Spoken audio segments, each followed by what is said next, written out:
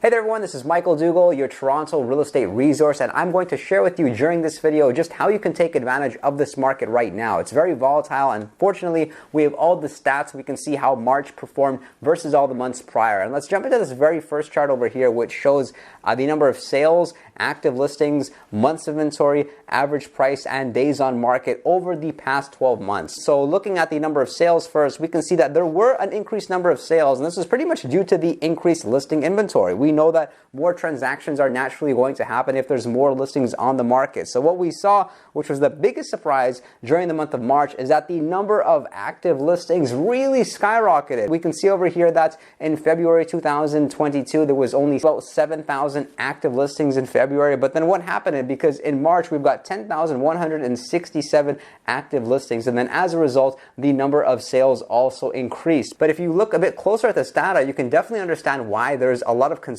about the marketplace right now. Because although the number of active listings significantly increased, there was only about 1,800 more sales. So more listings came on the market, yet not as many of them sold, which naturally means that during the month of April, we are going to see a little bit more supply to offset some of the demand. So we're seeing a little bit of balance in the marketplace, although it is still a very strong market. As an illustration of this, we can see that our months of inventory during the month of March was 0.93. Take a look back to the months of June, July, and it was over 1, which means that at that time, it was more of a buyer's market than it is right now. So perhaps this is taking into account the fact that the market was still very hot in February, and at the middle of March, the changes in the market were very identifiable based on the statistics. And now taking a look at our average price, we were at $1,300,000 during the month of March. We can see that throughout the months of June, straight until the month of February 2022, the average price was only increasing. We were at $1,060,000 in July.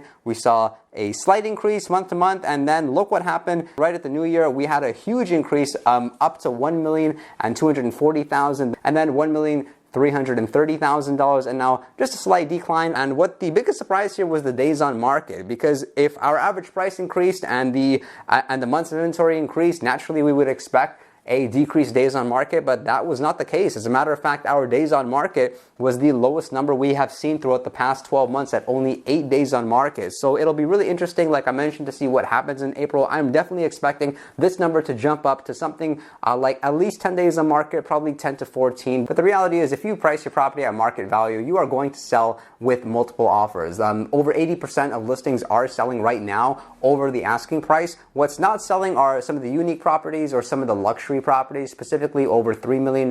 We've seen those style of properties fail to sell or take a little bit longer to sell. The very next chart we're going to take a look at is how the average price has changed across different property styles. So we have detached homes, semis, townhouses, and condo apartments. And detached homes actually did not appreciate as much as semi-detached homes and townhouses. As we can see here, our average detached home increased by about 21%, semi-detached homes increased by about 26%, townhouses 25%, and condo apartments 19.6%. And over the past month, we've not really seen too much of a change with the condo market.